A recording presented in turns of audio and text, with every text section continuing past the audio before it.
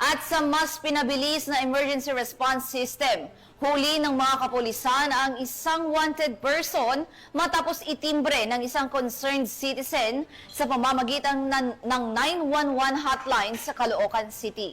Ibabalita yan ni Patrol Woman Glazel Ann Esperanza. Lamang 5 minuto, matagumpay na naaresto ng Northern Police District ang number 1 most wanted person sa kasong murder sa antas ng rehiyon, distrito at number 2 sa estasyon. Naaresto ang suspect sa kabaan ng Tanigi Street, Barangay 14, Caloocan City sa isinagawang joint operation ng District Special Operation Unit, Substation 4 ng Caloocan City Police Station at Waran and Sapina Section, Regional Intelligence Unit NCR at Police Station 4 ng Novaliches QCPD. Nagugat ang isinagawang operasyon mula sa ulat ng isang concerned citizen na nakapansin sa isang lalaking kahawig ng inilarawang wanted person habang nagpapalinis ng sasakyan sa isang car wash sa nasabing lugar.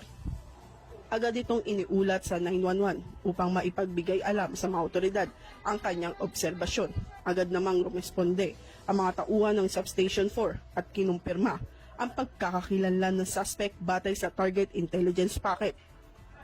Agad silang nakipag-ugnayan sa District Special Operation Unit na naglunsad ng operasyon upang isilbi ang warrant of arrest na inilabas ng RTC Branch 128 Caloocan City.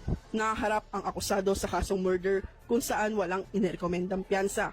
Siya ay kasalukuyang nakakulong sa NPD Custodial Facility Unit habang inihahanda na ang pagbabalik ng warrant sa pinanggalingang korte.